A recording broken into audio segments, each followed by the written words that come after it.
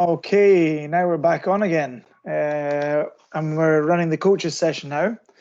So for everyone that's basically over 21, you're in here, which is great. Great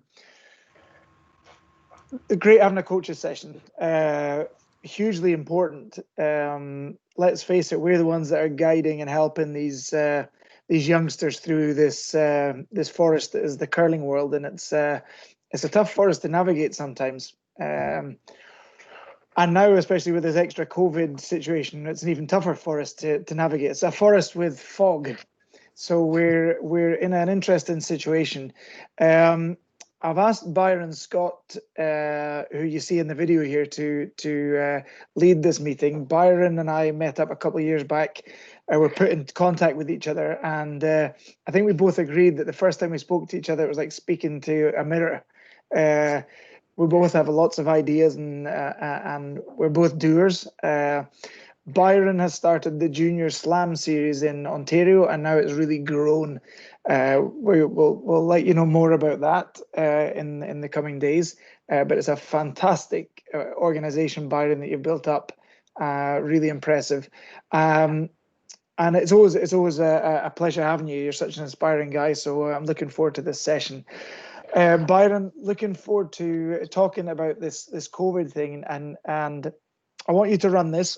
Petter had to go because his daughter was sad, needing a bit of daddy time. So we'll do it like this. You run the session, and we'll try and keep to about half an hour of you talking, and maybe if there's any questions while you're talking, if the rest of the coaches can put it in the chat group. I'll monitor the chat group, and I'll pause you if need be and throw in a question that's relevant, if that's okay for you. Yeah, works for me, for sure. And is that okay for the other coaches? Do you guys want to be on video? I'll put that. That's a question I'd like an answer to. If how should we run this? Because we're quite a lot of people now, so we'll open up. We'll see how it works. We'll do half an hour. Throw some questions in there. You do your presentation, Byron, and then we'll see where we go from there. Sure. Awesome. Excellent. Okay, go for it. All right. Well, thanks, James. James and I have known each other for a couple of years, as he indicated, and it's kind of like I say, it's like looking in a mirror, except for he's got a better body and I got better hair. You know, he's that fitness guy. You know, but I've got what I've got left is salt and peppery. But one thing I admired always about working with James was the fact that we feed off each other. He'll have an idea or do something on social media, and I'll pick up on it, and we'll run with it here. And then we tried these crazy ideas about, maybe setting up exchange programs and opportunities to collaborate, not for the sake of, creating winners and losers in games, which is often really hard for a lot of athletes. It's all about, I want to win the championship, or I lost the championship. But both James and I are aligned on the development aspect of giving kids great experiences. And, it's kind of, I want to kind of frame today's dialogue around COVID-19 has changed our world, and I always like to use a phrase with my athletes I say, I want you to start becoming comfortable with the uncomfortable. And COVID-19 has been uncomfortable. Canceled the season in my world for last year. All the major events got canceled. Kids missed, that qualified provincials or even qualifying provincials didn't go. We had an exchange set up for mixed doubles with James. We had some kids excited to go to Sweden and sharing that experience. All of a sudden, the world stopped. So part of what, the context of today's conversation is James, challenged me and said, how do you coach in a COVID environment? So I coach two teams. I coach two U21 teams, a U21 men's team and a U21 women's team that I've been scouting for the last couple of years. So these are individual athletes that I kind of invited to participate in this opportunity as I floated it by them. And one of the things that happened during this establishment of these teams, they're both new teams that haven't played together before. They're all 18 or 19, and they're going to have multiple years to play together. That was one of the criteria. But one of the things we had to realize is this is not going to be normal. So we had to get our head around what normal was going to settle into, and and how to keep the team focused in new normal. So what we did, I have another coach that works with me, and we figure it's the best way to kind of manage both two teams is to have I have a certain level of experience in my life and expertise that I bring to the table, and I brought another coach that complements me, doesn't conflict me, but complements me on other aspects of the game. But what we decided to do is kind of put together our thoughts on how do we create excitement, create the sense of joy that athletes get by being involved in a team, by having those regular times to get together, build connectivity, build familiarity, really start off building your team, but in the environment where you're not going to have access to ice. And, you know, I live in Ontario, Canada, and right now there's very limited ice, and there's not a lot of talk of having a lot of ice available till well after Thanksgiving. And some clubs have even decided that they're not going to open for the rest of this year. So it's okay, knowing that a traditional curling team in Canada, you know, you're kind of doing your summer training, you get together for some meetings, and then you really hit the ice last week of August, first week of September and go. That's different. So that is a very, very different reality in my world. So what we've decided to do, and I'll show you what we thought would be effective, is we started off by being really open with the athletes about the fact that new normal will involve virtual contact. How are we going to be in contact with each other in a virtual world? How are we going to establish a comfort level of having dialogue and training and development in a virtual world? And what we've done is we've established a regular schedule of, I use Zoom as the platform, of Zoom meetings. Guys meet on Monday nights, 7:30 to 9:30. Girls Tuesday night, 7:30 to 9:30. We make the commitment, we set up a group chat, and we communicate all our dialogue in there. But essentially what we use is that's our platform, and that's how we meet. So as you can imagine, I'm about as technically literate as James. So I have to rely on 18-year-olds to say, no, you push that button to share your screen, and you push this to share video. And like you've done through the last couple of days of this camp, you learn as you go. But the nice part about it is everybody's learning in the same environment, the same pace. And I think it's kind of nice because the other, you know, my other coach, Stu, and I, we're dinosaurs in the technology world compared to these kids. So we've challenged them to kind of manage the technology for us. So they manage the chat group, they manage the, you know, I send out the meeting invites, but they manage a lot of the sharing of documents, sharing of video, all that kind of stuff, because we want them to feel that they're contributing to the team in a different way. They would not normally do that. That's usually something that I would own. Like in a face-to-face world, I control all the presentations, I prepare them, I get them ready, I time them out, I do all that stuff. I use, you know, PowerPoint and some other document sharing programs to do all that, but I usually control it all. So what I've found is by empowering them to kind of own a piece of it, it's increased their stake in the game, right? We've also established some protocols, and what we've done is that, you know, in a virtual environment, the one thing you can't really read very well is body language, right? Because all you're seeing is here up, and kids these days have the ability to multitask. So you may think they're staring at the screen, but they could be off playing a video game on the side. They could be eating their lunch down below. They can do all sorts of stuff. So we're trying to make sure that we engage them at a higher level, and that we have them actively participate in every session. So like you guys are doing this week is we're asking questions, we're giving them homework, we've established some rules for, just, stick your finger up if you got something to say, because inevitably when everybody chats all at the same time, your video connection just slows down, or you get it choppy and it gets broken, right? So, we've decided to make sure that, we've made the decision that open, transparent dialogue is something that we have to have, and that we expect from everybody, from coaches all the way down. And what we did, we put together an agenda for our kind of, we started this in April. We started meeting in April through May, through June, through July. We established an agenda for every meeting. Sorry, my dog's barking at somebody delivering a parcel. We established an agenda for every meeting. We give the kids work to do between meetings, and a lot of the homework that we give them involves them getting together in their own video chat or their own Zoom dialogue. So we've given them a password they can set up. A lot of time they use FaceTime or they use Facebook or whatever it is. But what we found is by keeping them engaged with each other during the week between sessions, it gives them an opportunity to connect at a different level and get to learn more about each other. The types of topics that we cover off during our sessions generally are around getting to know each other better, right?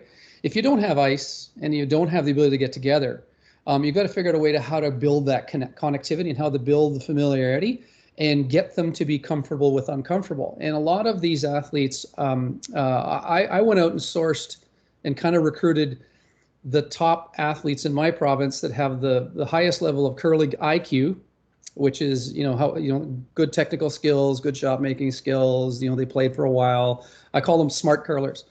But I also wanted to make sure that we factored in EQ, which is a presentation I'm giving tomorrow, which is emotional intelligence.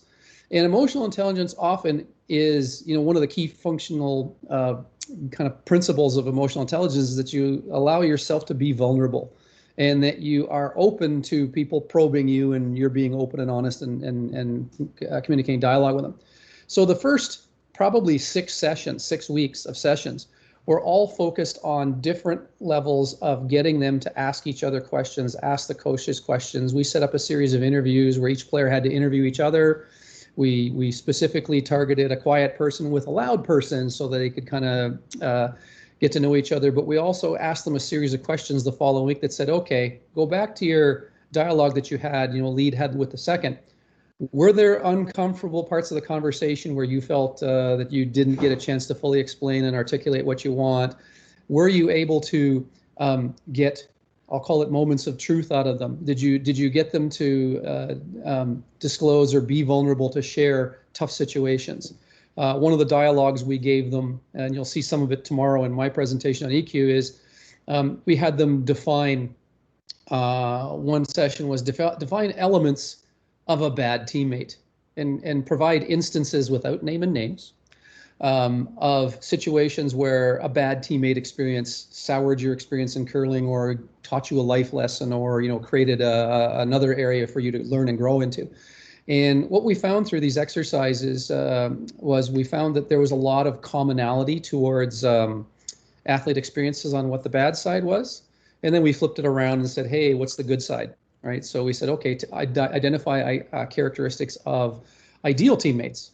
What are the things that you look for? If you could pick the absolute best kids to play with, design them, write out all those criteria. Right. So we spent the first 5 to 6 weeks really interacting without a lot of presentations, without a lot of video, without a lot of strategy, without a lot of kind of the hardcore pure curling stuff. It was really on engaging at a personal level and getting a high level of comfort. We had each of the teams broke into small groups and they interviewed the coaches and they could ask us anything they wanted. But what they had to do after interviewing us was come back and tell our story. So it's kind of like, if you're interviewing somebody, what would you want the general media to know about? If you're doing an article on somebody, what would you want them to know about the person that you're interviewing? And I'm fortunate that I have one of the athletes goes to university for oh my God, it's going to be an interview on journalism. She goes to school for journalism, so she is really articulate, and boy, does she ever ask tough questions. But what we found through it was I put my journalism student up with a science nerd because the science nerd wasn't as comfortable asking tough questions, but was really interested and innovated at asking a lot of technical questions. So through this whole dialogue, we were able to find out a lot of different characteristics about the personalities of the kids on the team. So we don't have ice, we can't meet in contact, but boy, are we ever learning a ton about each other. And what, some of the learnings we had, we found that the science nerds are really about accuracy and the details, and the artsy kids are really about the relationships of interpersonal skills and connection. Yes, sir, James. Yeah, just a quick reflection on this, and one thing for the rest of the group here, please, if you have thoughts and reflections, pop them onto the chat there so we can either I can put them on or you can open up and I'll invite you to come and talk. I think that's probably the easiest way. So if you put them on the chat, we'll do it. But one question I had there was if you're doing something on Zoom, like I can see a situation where someone might get sad about something if you're being honest with each other. And normally you'd pick up on this by, like you say, body language. They go off in a corner somewhere, but after the Zoom session, you're not seeing that. So how have you worked that part of it? Yeah, so no, that's a great question. So what we found is some of the most emotional things we have, and what I have a questionnaire I give my athletes, and James, what I'll do is I'll email it to you and you can share it with the group. It's basically a getting to know you thing, and then there's the emotional piece, the tough questions piece. What we found was that there were a couple of athletes that when they started describing the situation and I'll give you an example of a bad teammate. We asked them to be as descriptive as possible. Tell us all the the who, what, why, when, where, without the who, but be as descriptive as possible. So we would often ask the questions as coaches of how did that make you feel? How did you react? Can you describe the emotions in the instance that happened? And we had a couple of athletes that, one particular guy, he struggles with them. He's my athlete that struggles the most with emotional control. So he's the broom slammer, he's the F bomber, he's the, I need to do something to get the release out. So through that, as he's describing the situation, you can see him getting angrier, right? So you can see the escalation in his even the speed with which he's talking, how intense he's really getting passionate into it. And with one of the girls, she got emotional from the teary eyes phase. The nice part about it is some of the stuff we started off is soft pedaling, right? You ask, hey, what's your favorite color, James? What's your birthday? Where's your happy place? You start off with the easy softball questions, and then you get into the harder stuff. As you build up a comfort level with the athletes, and as they build a comfort level up with you, you find that the walls break down, right? They start showing their vulnerability. They start showing the emotional capacity to not only share deep stories, but also listen intently to those that are participating. So we would always ask everybody at, benchmark points during the sessions, how's everybody feeling? Does anybody need to take a break? Is there anything that we've talked about that you want to put on the table? And I'll call it the elephant in the room, right? You want to put that big problem amongst the athletes to talk about. Throughout some of the dialogue, we found out that a lot of the team dynamic issues and the bad teammate experiences were often perpetuated by a lack of a culture statement for the team, right? And one of the first things we settled on after our personal interviews is we wrote our culture statement. This is what we stand for as a team. Our protocols, our standards, the way we will treat each other, the way we will treat opponents, the way we will treat officials, anybody that comes upon our path.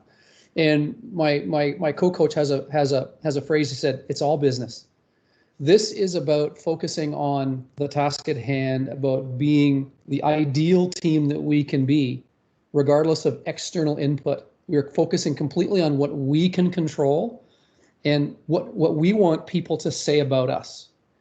And, I think when you start to establish team culture, when you start to really ask the teams to commit to words or phrases that they stand for or that they will live, I'll call them covenants, right?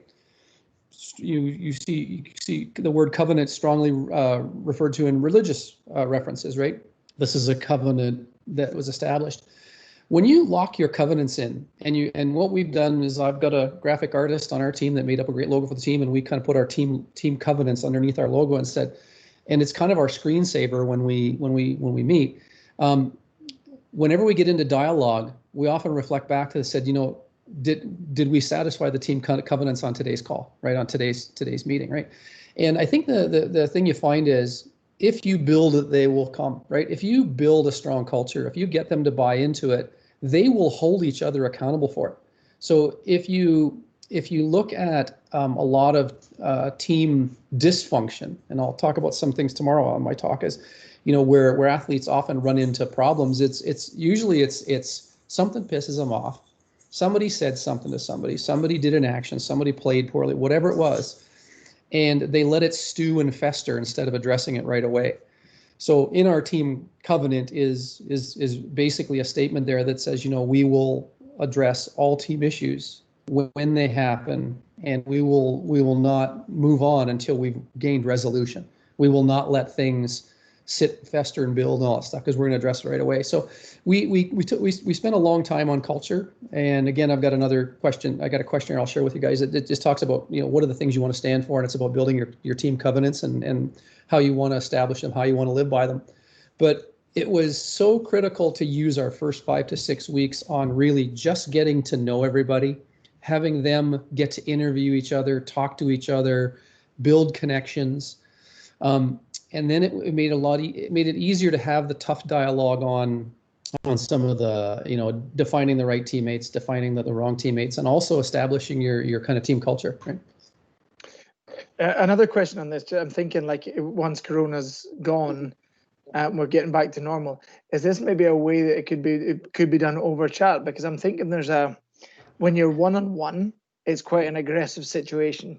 But when you're behind a computer in this, or the safe zone that's your house or your bedroom, or is that maybe a good way to go? What are your thoughts on that?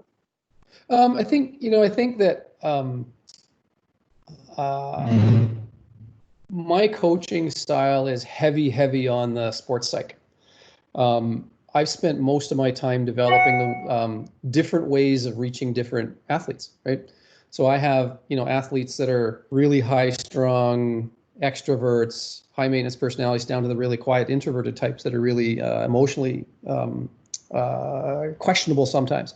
And what I find is you have to find a common ground with the athlete where they feel safe and comfortable, right? And I think in today's culture, and you look with it, all the stuff that's in the social media around Black Lives Matter and gender equality, all that kind of stuff, where they talk about building a safe space. We've always, from day one, tried to make sure that the athletes understand that there's a safe place and there's a safe place to be. And we want that if they feel uncomfortable in a group setting, having a dialogue, that they have confidence that they can talk to either myself, the coach, or Stu, my other coach, that they can get their stuff off their chest. And then we both agree on the best way to resolve it, right? Now, this year I'm blessed. I haven't had any of those major issues, but in the past I found that there's been, a big personality that doesn't get along with a little personality, and the big personality, wants to dominate attention and kind of me first kind of attitude. I've got a bunch of strategies I've used just to identify the personality style, and then kind of the key attributes of how to address the personality style. And one of the things that we did with our more so our girls this year is because every one of the girls that I have on my team this year came from a situation where they came from an environment where the emotional issues were the biggest issues on the team. It wasn't, can they make shots? It wasn't, can they be good teammates from the typical I'm on time and I throw my shots and I do what I'm told. It's really the emotional baggage that was out there. And what we've done is we've kind of, again, established a protocol that says this is how we're going to deal with issues. And each athlete has told each coach individually on how they want to be addressed when there's a big issue and how they want to be spoken to. So a lot of it is really taking the time to get to know, what button do I need to push to get a response, or what button do I need to push to be able to have, we call it active listening. When will you be an active listener and the coaches be an active listener to just take in as much as you can, and then both agree on how best to move forward? Because a lot of times, teenagers don't have all the answers. They don't have all the life experience of knowing how to manage emotional situations. That's what coaches and older athletes are there to help out, is with, I remember a time when I was 17 and this happened, and they can talk you through it, right? So we've been really, really respectful of making sure that we're not leaving any elephants in the room on our conversations, that we're addressing all those issues, right? So that was kind of our first 4 to 6, 7 weeks. As we've moved through the summer, we found one of the hardest things to actually teach is strategy, because of internet speed. And I've got some kids that live in remote Ontario and farm country where their internet access is 2 paper cups and a string. and they don't exactly get things. So you'd pop up a video and you'd have them all muted and you'd show the video. We tried the, the WCF stuff, and we've got some Ontario Juniors finals we've kind of gone through, but it get lulls and and stalls. So we went back to the old school PowerPoint, and, where it's static. And because my business partner in the Slam series is the guy who invented Curl Coach, I have Curl Coach 2, which is the latest version that has a whole bunch of great sharing opportunities. So we've delved into strategy that way. And what we found is, again, the guys have a really great grasp of strategy at a high level, the girls not so much. So what we've done is we've staggered the learning. So we try to do the same session each week with guys and girls. But what we do is we ebb and flow. When somebody needs more time on something, we spend more time with them. But we keep it in the agenda and kind of keep the plan moving forward, right? Just looking at my notes here. I think the other thing is you got to be really respectful of the athletes' time. All the kids have summer jobs. They have other commitments, from lifeguards to working at the beer store to working at a garden center to working at Tim Hortons type thing. We always make sure that the athletes understand that you got to be on time for the meetings. If you're not going to be there, you got to send a note. We've had to reschedule because 3 or 4 athletes got a shift that night, and we always remain fluid to do the thing. But like you do, we'll always ask, hey, we're planning on going over by 10 minutes today.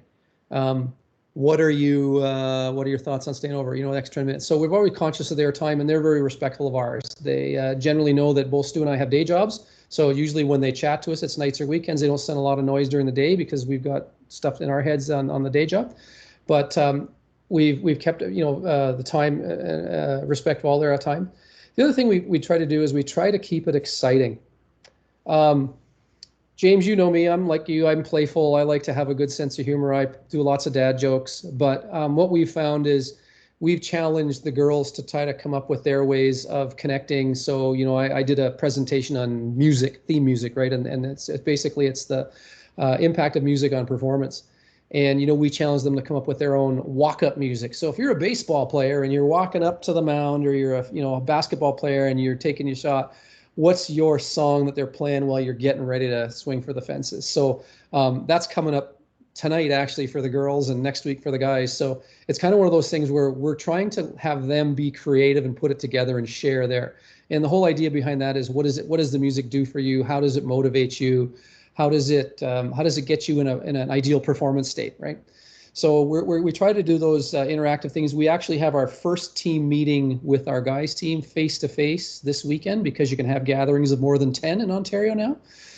So we're planning, a fun testosterone-filled day for the guys, and but also with some deeper stuff that keeps it exciting for them. And we've asked them to each participate by creating an activity that takes no more than 15 minutes for each one of them to play with the group or do with the group. So it's meant to keep them engaged. So they're not allowed to share the idea until they get there, right?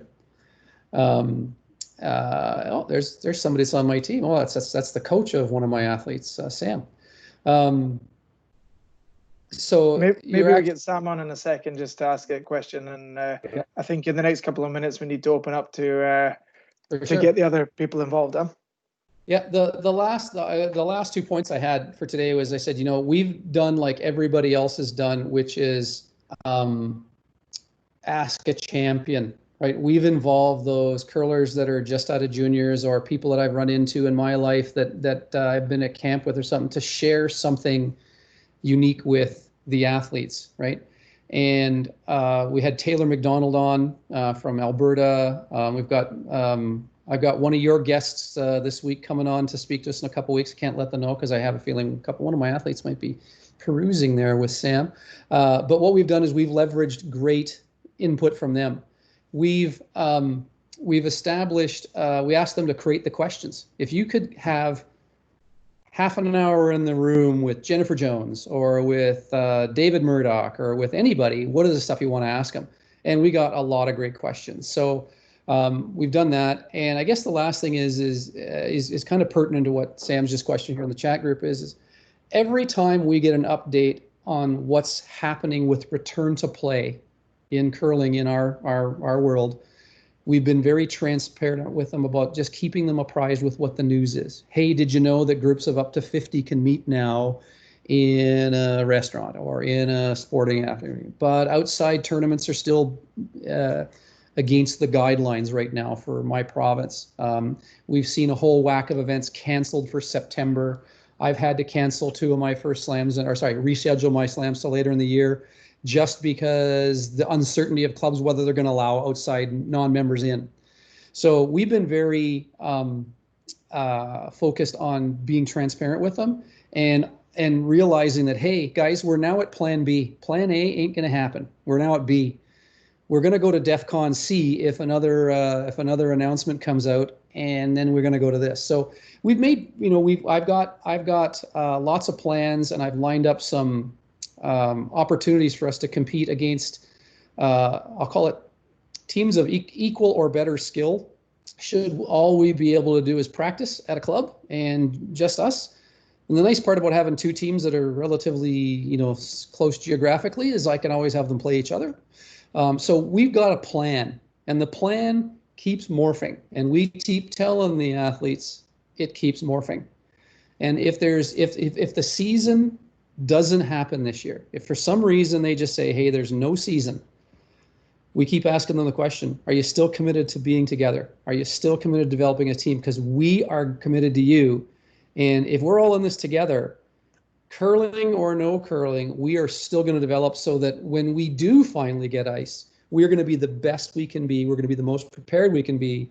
And everything that we built together from our culture and our feelings that we have in our team building, that is just going to plow on, while other teams may go by the wayside, right? Other teams may ebb and flow. And I think that, even in your own club, James, I would say that you probably got a couple teams that are like, here that just get it and they're so committed and they do whatever it takes.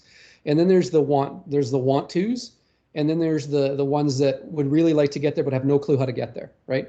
And I think that people are at different stages, and I think there are kids that curl socially that just love the social aspect of it, and that's wonderful. It's one of the best things about our sport.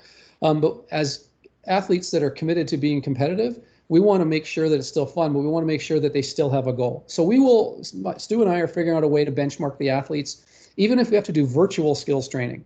If we have to do online shot making versus, with a software tool versus, we have a session coming up that was really timely that Peter talked about today, which is tolerances, right? And we're going to do scenarios and say, what's your tolerance here and why, right? And what we'll do is I've got a couple of scorecarding tools I use, which are kind of a skills assessment. One's on sports, kind of your mental strengths, and the other one's on, your physical, tactical, strategic, and all that kind of stuff. And we want to keep moving the athletes up the scale. So we'll create some testing for them that they can benchmark themselves so we can see their development over time, right?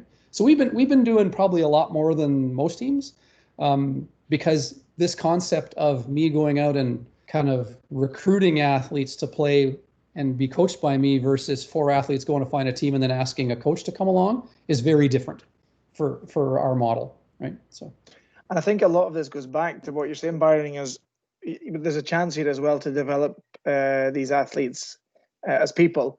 And, okay, there might not be a curling season, but they're still developing as people. And maybe that's something that we need to keep in the forefront this season, and actually every season. And the other thing you touched on there, which I think is really important, is there's this tendency, and especially the way the world's gone now with curling, that everyone's getting pushed into this, going towards the Olympics. That's the be all and end all.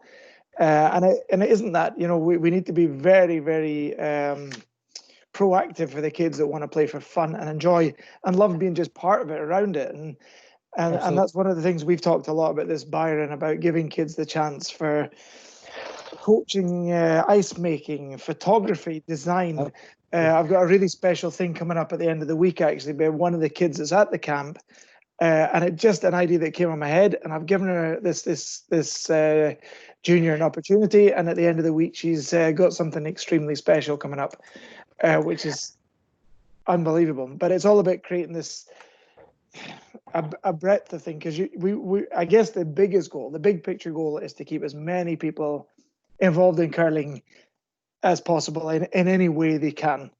Yeah. And one of the points I forgot to come over on my notes here is I said, so much of what we focus on is life skill. It's not just curling skill, right?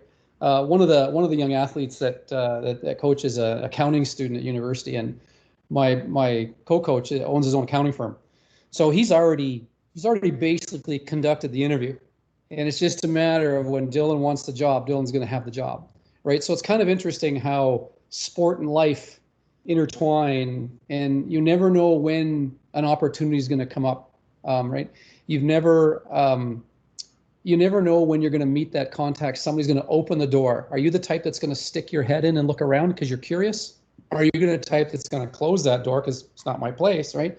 So much of the stuff that we talk about and the stuff that we develop in these young athletes is going to help them with a job. It's going to help them with their own relationships, dating, managing conflict and confrontation.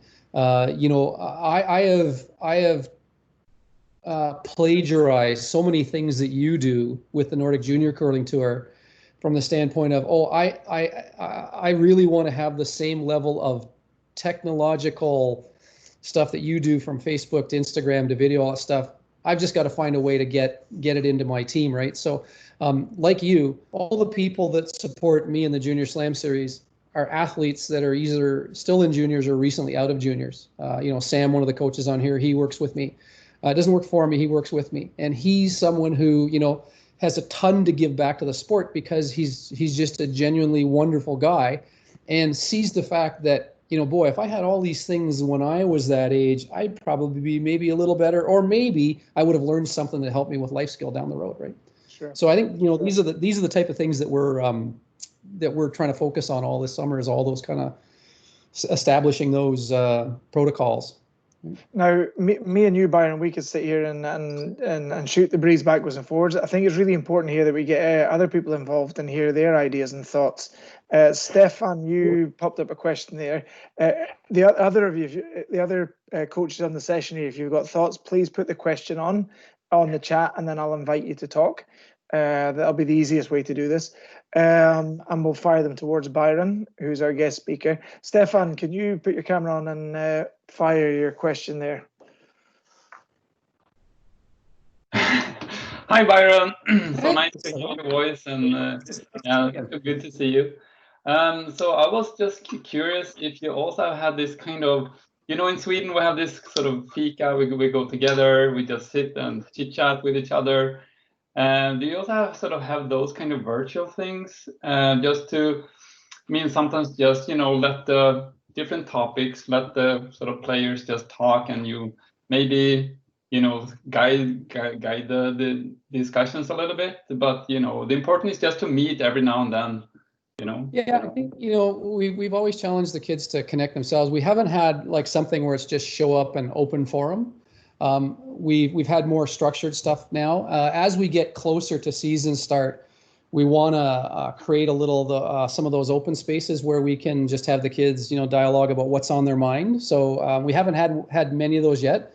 But what I did find is when we challenge the kids to have homework and they have to connect with each other, we find that, I'll ask the question, say, how long did you guys talk for? I think it was like 4 hours. Like, I'm going, 4 hours? You're supposed to get together for half an hour. Well, it just started flowing, and a couple of the guys literally lost track of the time, and one of their parents had to go in and shush them up because it was like 2 a.m, right? So you kind of sit there and go, okay, they took that whole getting to know each other to a whole new level.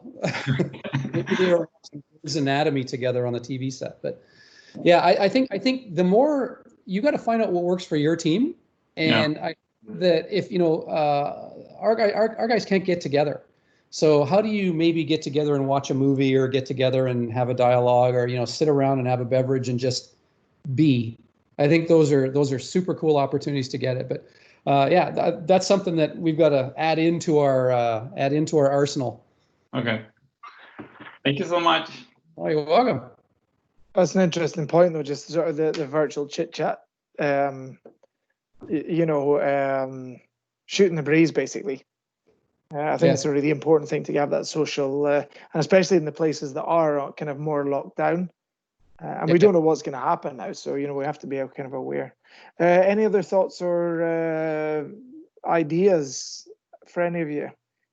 If anyone's still awake out there, it could just be me, you, and Stefan, Byron. I don't know. Okay, here's a question for everyone in the chat. Is anyone still there? And I don't see any responses.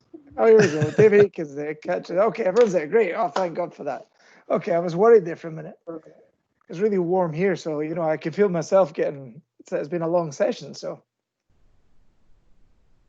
Stuart left 10 minutes. Very good. You mentioned David Aiken in there. I met David last year when two of the Scottish teams were over here playing in some tournaments over in Minor, and I had the Scottish boys, Robin and Ross, stayed at my house, the guys you have coming up tomorrow. And I met David then, and I'm going, man, he could probably teach me. He's probably forgotten more than I've ever learned. So it's kind of one of those things that are going on here. Holy smokes. David, well, there we go. David's just put his hand up. So David, it'd be great to get you on here if you've got a question or got an idea or a thought.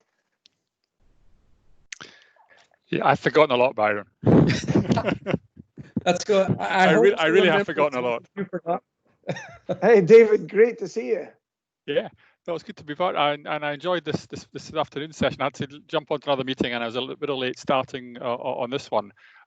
One thing I was just going to say, if it's about connecting up and so on, something that worked quite well in a kind of webinar scenario was when there's a lot of attendees like there is for this camp. That kind of breakout session, what this person did was they just created these kind of random breakout groups with 4 or 5 people in them.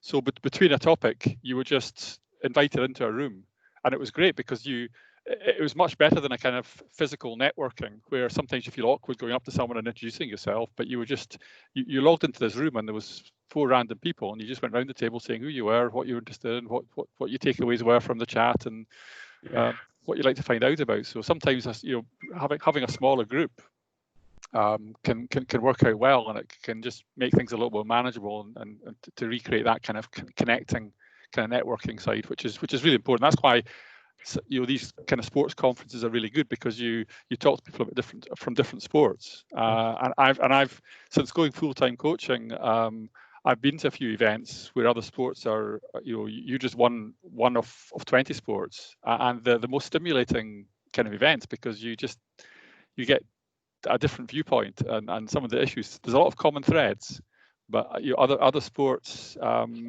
you deal with certain issues are much more important to them, but you could think actually I could take a little bit of that into my sport. So that was just a kind of tip, was just to you can create these kind of small groups as part of the session, and it's a really nice. It's not an awkward thing. It's worked really well every time I've done it. Question for you there, David. How does that work technically? Like, for example, on Teams here, is that possible to go from 170 and just make a little group? I don't even know how that works. Yeah, it was in Teams. So I didn't do it, but I was part of it. And we were just sent an invite. So let's say the session started at 9 and went on until 10, and then from 10 till 10:30 you were given a breakout room. And you had a virtual coffee, so to speak. But you received an invite for that room, and you logged on, and it was just whoever was there. Yeah. And it was quite a social thing, and it's like a lot of things. I'm emailing these guys now from rugby league and from sailing and so on, asking how they're getting on and stuff. So it's been a good way of just making contact and communicating. In my day job, I provide continuing education to veterinarians across Canada. And James, if you give me about 4 weeks, I just hired somebody who's actually going to build a platform for me that is kind of, either Zoom based or something like that, about creating virtual breakout rooms. And I've seen some really sexy software out there that's out there, but Teams has it, Zoom has it, the capabilities. You need someone to actually play around with it. But it's quite the one thing that's been forced on us is COVID-19. So the word change, right? You have to get your head around change nowadays. So change management and everything to deal with it is something that is even curling coaches, rugby coaches, sailing coaches, they have to get their head around how to communicate differently and how to collaborate differently. And what you're finding is that there is a huge open-mindedness now to change because it's being rammed down your throat, right? So it won't take long for someone to figure out how to create all the breakout rooms and teams and then what to do with them. I think that our sport is really just ready for a whole bunch of innovative people to get involved. Like you talked about Corey Dropkin, what he's doing with KD Club. Brilliant, yeah. Right? How do you now take that into the coaching world? Like, what Stu and I are doing with our teams, we think we're being pretty innovative because we've never done it before and we're kind of learning this as we go along. But we want to build the same level of connectivity, but have to figure out how to do it differently. And what we've done is we've had lots of phone calls and meetings ourselves saying, hey, can we do that? I don't know. I'll ask a 12-year-old. They'll figure out how to do it, and they'll tell us how to do it, right? So my advice to any of the coaches out there is don't limit yourself from having to come up with the answer yourself. Talk to your athletes because some of them have some great skills. I've got that journalism student that's on my team that she's now working for me at the Slam Series. She's going to be writing some articles for me because she needs stuff to do for school and she wants to write a bunch of stuff, right? So it's kind of cool. I get a cool person that's going to tell our story, and I didn't even know her background before I did stuff for them. So there's lots of great people out there that you meet. Well, that was kind of like last night, Byron and David and everyone out there. When my son was sitting on the couch last night, he was sitting with his telephone. He started speaking English. So I thought he was talking to this guy that he's connected with for the video competition, but it turned out they were playing Uno. So there's a group of them playing Uno. I was like, this is unbelievable. And I got that really warm feeling like you would do at a summer camp where they're sitting in a cabin playing cards together.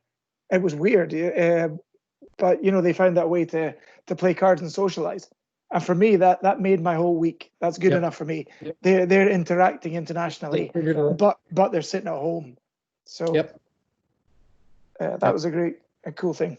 Yeah, I think just following on from what Byron was saying as well. I mean, with connecting, I think, and I mentioned it in what I was saying before, just connecting to other sports as well. So if the coaches can ask their players, but they can also ask other coaches from different sports.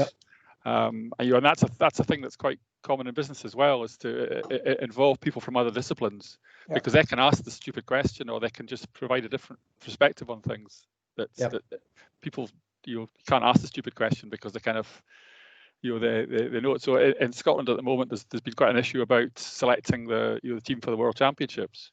And it was really interesting being in a room full of people from other sports, just a little. It's not constant.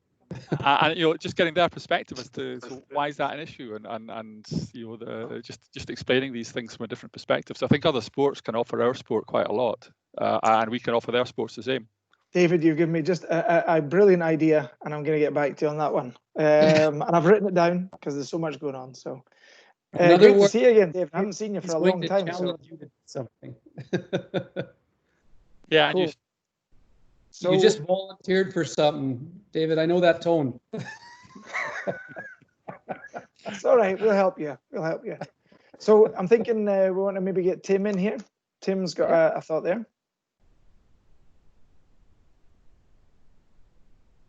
If Tim's around. Tim's only like an hour away from me. Well, shout, Tim. You might get on the microphone. There we go. Tim's on. Tim's coming on. That's why there's an echo now, because Tim's only an hour away from you. That's right. Hi, Tim. Hey there, Byron. I think you can hear me. Yep. I think you can hear me. I just wondered how you picked your positions for your new teams. So we went into this knowing that there were two clear skips, and that the other athletes either had positional expertise, or we felt that they were fluid enough that they would be open to play a position where we felt their strengths would be. So we haven't, with the guys team is different. The guys have a clear skip, and the girls have a clear skip. And then what we've done is the guys team is a little bit more fluid because we want them to find their space, find their right place to own. And the girls team, it's a little bit more set because we have a outstanding lead, an outstanding second, an outstanding vice, and an outstanding skip. So we're in a good position with the girls team. The guys team is a little bit more fluid. So part of the criteria when I did the interviews with each of the athletes before inviting them to kind of be part of this team concept was, are you open to playing anything? If the coach thinks that you're better suited for this role, will you own it fully with your heart and with your commitment? Or are you stuck with playing, stuck your head on one position? So all of them, exhibited a growth mindset. They were open to being the best they could be in whatever role we felt them with. And what I find, Tim, I coached at the university level for a couple of years. That's kind of the university model. Athletes show up from, they go to school at the university, they come to a tryout. You get a whole bunch of really good athletes and you got to make a team. So a lot of times what I'm doing is I'm looking for positional fit, I'm looking for chemistry, all those kind of things. Usually in junior curling in Ontario and, I'd say quite a bit of Canada, it's usually 4 kids who are from this close geography, and usually it's 4 friends who go out and form a team and then they go and try to find a coach afterwards. I just turned it completely 360 and said, no, I'm a coach. I'm going to find athletes. I'm going to build championship teams. So we just took a different approach to it. But as you can imagine, Tim, it's often hard, especially if this is where the dialogue with parents comes key is you have to be pretty transparent with the parents too. Their parents, I've coached kids who parents like, my kid's the skipper, she doesn't play. Like, okay, that's a real interesting position place. And other parents just want to go out there and watch their kids have fun. And you get the whole spectrum in between. So we've been very open with the parent group and with the athletes about the prospect. And because I got mostly 18 and 19-year-olds, they're adults. So we rely on them to communicate quite a bit of stuff to the parents group. But because I know a lot of the parents, I'll send them a note or chat with them in a Facebook group, that kind of thing. Excellent, Tim. Thank you for that. Thanks a lot. Robert, I'm thinking we've got 10 minutes and I want to stick to this, to the time schedule now because we've been on all afternoon. So let's try and keep this to 10 minutes now. Robert Patterson, you got a question there for Byron? And then we'll have one more question, Byron, so maybe 5 minutes each on the last 2 questions here. Yeah, my question for Byron is, what does your Zoom meeting agenda look like? Like we do meeting agendas for business and stuff. Is it different with your teams? So what Stu and I see as coaches, we kind of write it down because we're old school and we share it back in a text. And then what we do is we live it with the teams. So I don't share it, 5 minutes on this topic, 10 minutes on that, but we do have an agenda every week. We always start off with a kind of a cordial icebreaker at the start of the meeting. How you doing? Has anybody seen, the latest this or, so we always start it off soft. And then we kind of say, hey, tonight's topic is this. We anticipate it's going to take a full 45 minutes. Or I brought in a guest speaker and they're going to talk about X, So we try to be very, open, but I don't actually share the physical agenda with them. Stu and I have it, and what we do is we kind of keep it in a log. We have a log of all the stuff we've talked about, and we have a living, breathing PowerPoint document that we just keep adding to. So we'll add slides and add comments and rename things based on what the athletes tell us. And we have one for the boys team and one for the girls team that's slightly different because of what the feedback they've given us. So it's just kind of one of those things where we keep a lot of the stuff behind the scenes, and we just choose what to show the athletes based on. I don't want to bore them to death with a whole bunch of stuff that 2 old guys need to kind of keep themselves organized. But we do make sure that the kids know what they're doing and kind of what to expect. And they've been awesome with homework and getting stuff done on time. Girls way better than the guys, just saying. But it's been really. I've been really blessed with the kids we have this year. They're just spectacular. We're not chasing anybody, which is good. But a lot of that goes also that we have a group chat. We use WhatsApp. And what we do is we have a chat in there. So we'll drop a lot of things in the chat group just so they can see during the week what's going on. So we try to keep them up to speed in the chat group with what's going on and what we're doing and just, follow up reminders. So a lot of times it's just no different when your wife sends you the grocery list and says, oh, by the way, bring home this, right? So we just throw that in the chat group. You're not using TikTok anymore, Byron? Yeah, no, not me. No. Nope. Excellent. All right. Thank you, Robert. And great to have you here at the camp. And we'll take the final question then from my dear brother and the person that got me into curling, actually. He started curling in our family. So it's pretty cool for me to have Big Brother here at Big Brother's watching you, basically. Like, seriously watching me. I've been seriously watching you all week. It's been really good. Trusting the tech's working okay today, James. Yeah. Byron, first of all, Byron, first of all, great stuff. Really been great listening to you. Thanks so much for sharing. Great seeing Dave Aitken on as well. Hi, Dave. Listen, question. You Byron, you threw in there in part of the answer to one of the questions about growth mindset. Yep. And it was, you articulated it in a way it was almost part of the day-to-day that you bring to life. I tapped down one question. I probably got two. Do you build growth mindset actively into the training? And secondly, at what age do you then start to introduce that growth mindset to the juniors? That's great. So I've coached for about 12 years, from call it age 11 through to mid-20s. Juniors is my happy place, right? I find that a lot of times, the growth mindset is, I'll try to back it up. First thing, I like change. I'm a guy that likes, just because I did it yesterday doesn't mean I do it again. So I have that mindset where I'm the 30,000 foot, lots of balls in the air kind of guy. So I'm someone who enjoys change. So I try to get the athletes that I work with to understand that change is constant and that growing and stretching your boundaries is something that you have to do. So from the technical stuff we do on the ice to the I'll call it the more mental stuff that we do off the ice. I have a passion for expanding young people's minds and challenging them to think outside the box. So I build growth mindset thinking into a lot of the presentations, a lot of the questionnaires I've asked, all that kind of stuff, the skill templates I use. So I try to always make that a factor.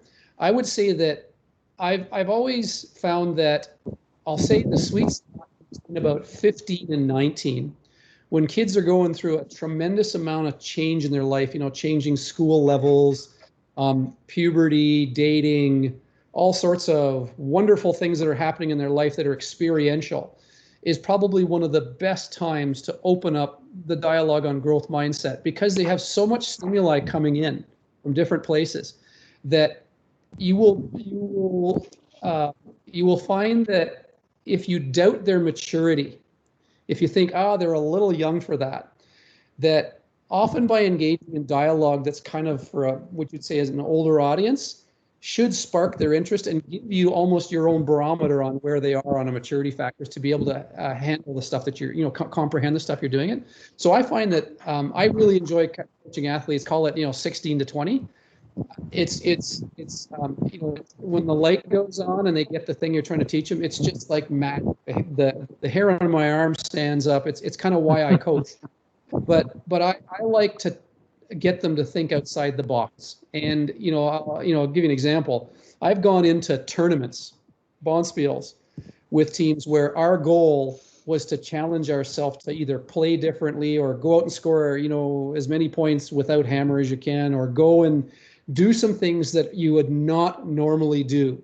And we go and measure and we talk about how you felt about it, how you experienced it. I had a team one year that all they threw were interns. They couldn't throw an outturn to save their life. So I forbid them from throwing an intern in 2 tournament games back to back until they got it around their head that they have to be able to throw both sides of the ice, right? And both turns. So I'm a big believer in stretching. And I say one of my favorite phrases is getting, becoming comfortable with the uncomfortable. And that is kind of growth mindset, right? And again, my corporate training in my day life, I deal with, my background has been helping dysfunctional teams become functional and then kind of move on and the next thing, kind of a firefighting type role. So I find that a lot of the corporate training I've had over the years just fits so well with curling. Like it's so well with coaching. It's just, you've got to realize that kids develop at different ages, and some kids take a lot longer to move up the path, and other kids get it right away, right? You're kind of like the curling coach equivalent of Fixer Upper, that TV show, right? You go in, you take the mess and fix it up, and then leave. Yeah. Hopefully, it's in a better place. Yeah, great questions, Stu. Really interesting, Thanks, actually. Thanks, Byron. Cheers. Yeah, and I think we need to finish now because I've been given a bit of a waggy finger from my main tech man, Per Eric. We need to keep it. Yeah, there it is. There's the wiggly finger. Yeah. No, and I'm acutely aware. And I know David's got another question there, but maybe I think for I think if we maybe need a little forum there as well. If there's other questions, then please send them on the Facebook or the Instagram. Byron, you're on both of those groups, and maybe you can just answer them directly there, because that would save me one thing to administer. The number of pictures coming in are just phenomenal in the evening, so it's keeping me up late now, but it's really very, very cool content.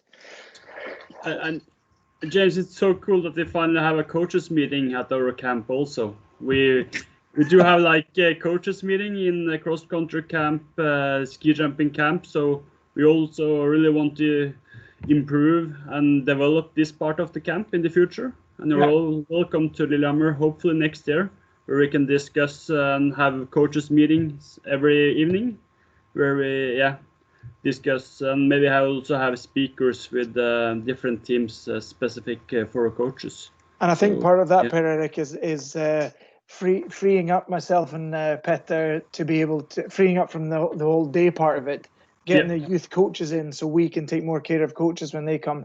I think that's an important thing that we're working towards. And so our kind of goal for this, so you guys all know, is that we actually had Robin Bryden and James Craik. They were coming over as junior coaches. I think Audrey was hoping to come back from the Junior Slam series. So we actually had 3 or 4 lined up for this year already.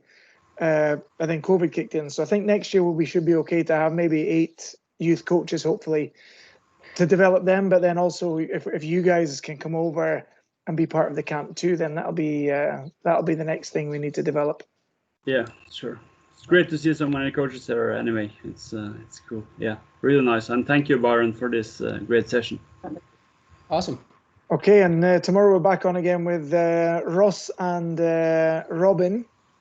To start with, they're going to be talking about their experiences as juniors going into the seniors, and this is their first big speaking thing, I guess, in such a big group. So that's going to be really exciting to see and talk about giving them opportunities too. And then Byron's on about 15-20 minutes after them, and we need to keep it tight tomorrow because it's going to be a 2-hour session anyway. So we need to keep to the hour. Awesome. Excellent. Yeah. I will probably send you the recorded version of this session tomorrow morning, I think. So, yeah. Just to let you know. Video curling camp, that is free. I will send you the documents I reference. I'll send them to Per Eric and James, so you can, if coaches want the skill sheet and the questionnaire and all stuff, feel free to use it and modify it for your athletes. So that gives them some resources they can use. Do we want to put that onto the Facebook and Instagram groups, Byron, or do you want to email those out directly to the coaches? I think that a couple of them are big files, right? So let me email. You know what I'll do? I'll email to you guys, and you figure out the best way. And I think email's best. Yeah, figured out. Perfect. Thanks everyone for a great session, and sleep well, and we'll see you all tomorrow. See you all tomorrow. Awesome. Bye. Okay, guys, see you tomorrow. Bye.